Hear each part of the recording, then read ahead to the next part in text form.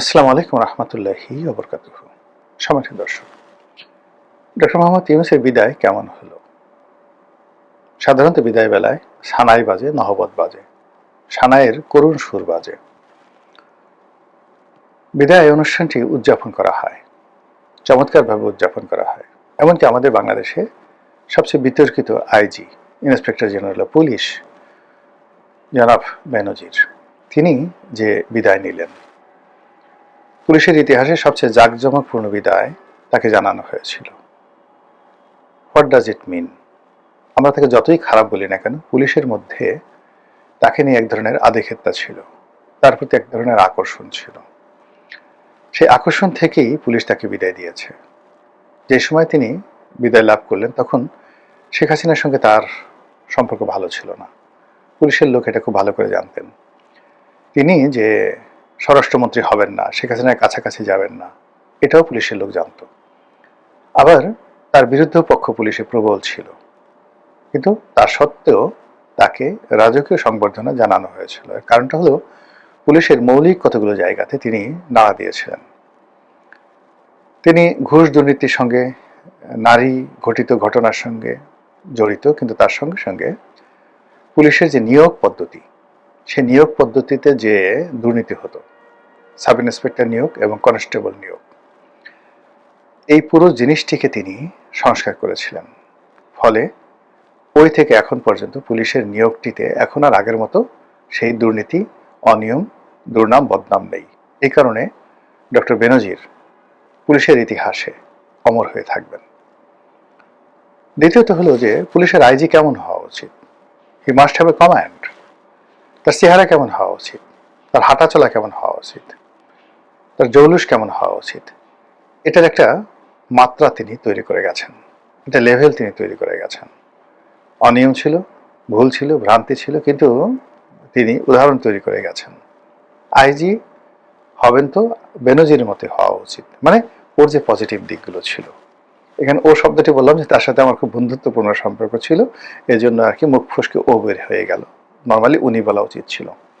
যাই হোক, তো সেক্ষেত্রে ডক্টর মোহাম্মদ ইউনূস আমাদের বাংলাদেশে যে সময়টিতে এসছেন, দেশের ক্রান্তিকাল, বলা হয়ে থাকে যে ডক্টর মোহাম্মদ ইউনূসের মতো যদি বিখ্যাত ব্যক্তি ওই সময় ক্ষমতায় না আসতেন, দেশে দীর্ঘ যুদ্ধ হয়ে যেত।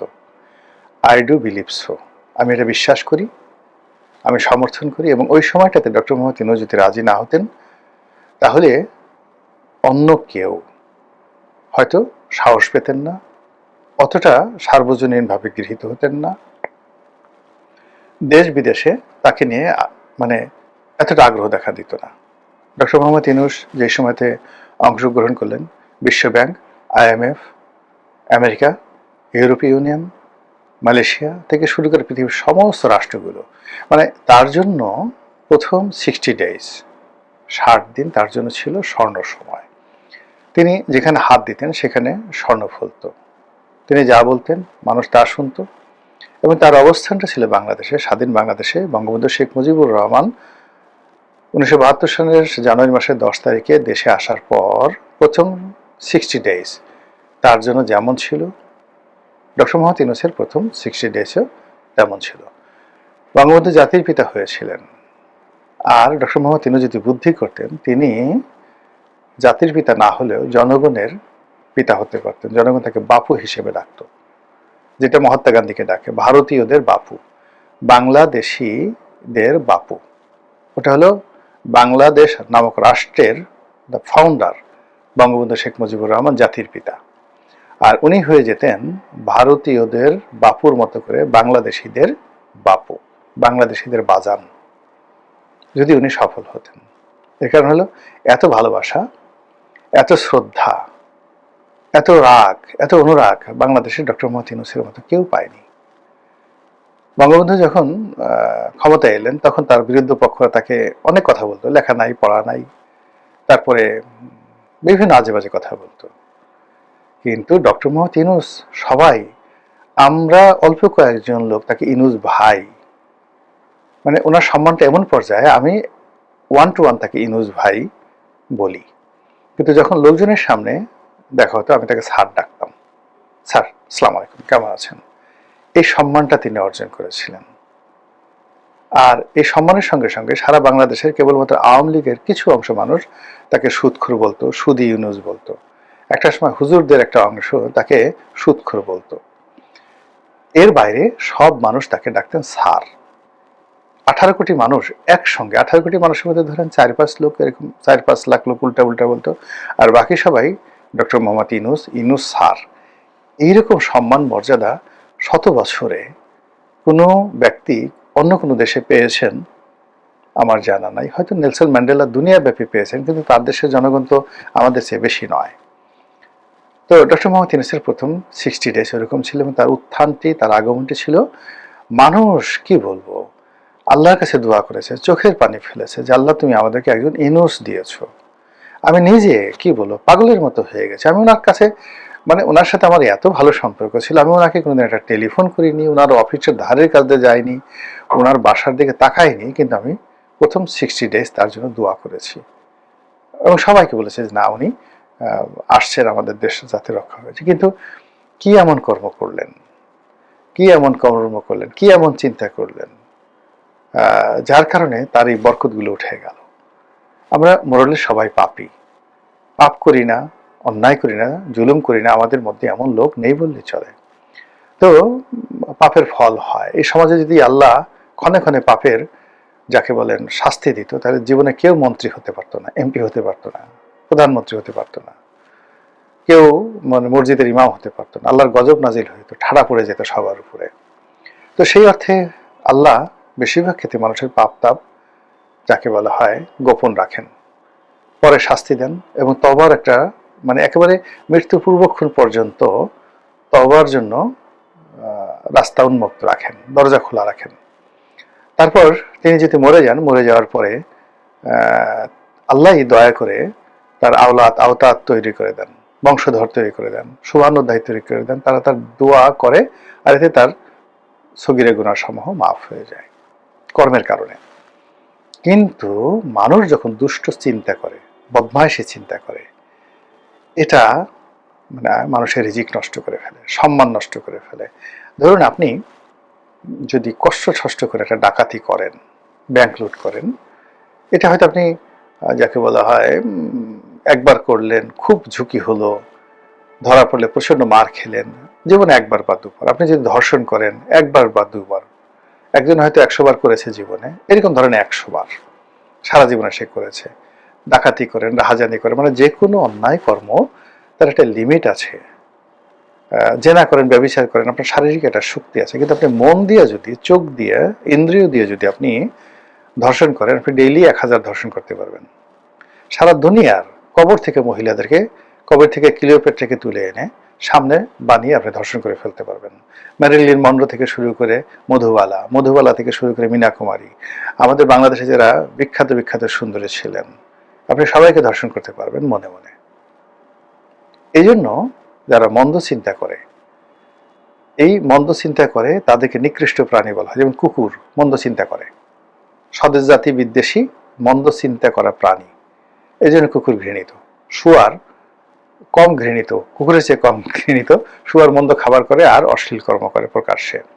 তো মানুষের মধ্যে যারা কুকুর প্রকৃতির মানে মন্দ চিন্তা করে, তাদের রিজিক উঠে যায়, তাদের সম্মান আল্লাহ তুলে নেয়, মর্যাদা তুলে নেয়, তারা যেখানে যায় সেখানে অপদস্থ হয়।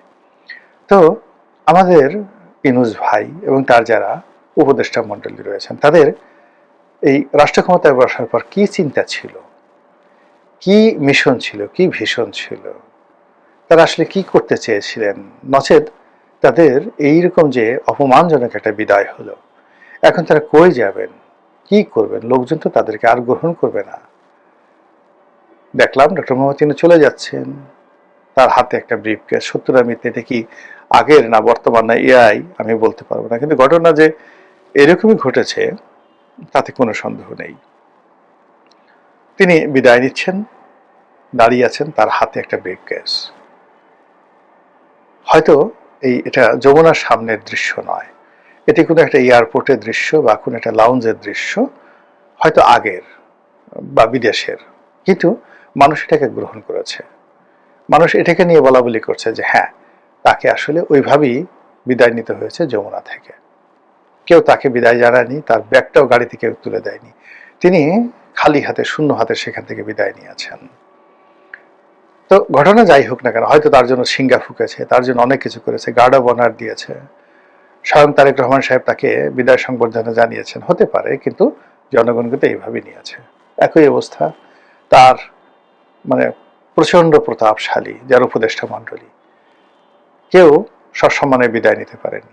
ফকিরের মতো, মিসকিনের মতো যার যার মন্ত্রণালয় থেকে তারা বিদায় নিয়ে আসছেন। তারা যখন বিদায় নিচ্ছিলেন, কর্মকর্তারা হয়তো মনে মনে বলেছে, যাহ শালা, এতদিন বাঁচাই গেল, আমার শালা আবার কথা বলে, যা। মহিলা যদি হয় তাকে হয়তো কেউ শালি বলেছে, বা অন্য কোনো গালি, বাঙালি গালি আছে না, বাঙালি গালি তো ওই হেলাল হাবিজের সেই বিখ্যাত গালি। তো যাই হোক, ওই শব্দগুলো আমি উচ্চারণ করলাম না রোজা রেখে। তো এই কথা হয়তো মনে মনে অনেকে বলেছে, কিন্তু এটা তো হওয়ার কথা ছিল না। এরা সবাই আমাদের সমাজে এই ক্ষমতা গ্রহণ করার আগে নন্দিত ছিলেন, পরিচিত ছিলেন, তারপর তারা আকর্ষণীয় ছিলেন সমস্ত মানুষের কাছে। এই মানুষগুলো হঠাৎ করে এতটা লাঞ্ছিত, অপমানিত কেন হলেন? এর মূল কারণ হলো হয়তো তাদের কর্ম যেটা ছিল সেটা, আমি বেশি মন্দ বলতে পারবো না। এই কারণ হলো আমাদের সমাজে রাষ্ট্র ক্ষমতায় বসে খুব বেশি ভালো কাজ সবাই করেছে, এরকম নজির খুব অল্প, কিন্তু তাদের তো এর পরিণত হয়নি। কিন্তু তারা মানুষের যে বিশ্বাস পেয়েছিল, আস্থা পেয়েছিল, সেই বিশ্বাস এবং আস্থার মর্যাদা তারা রাখেনি।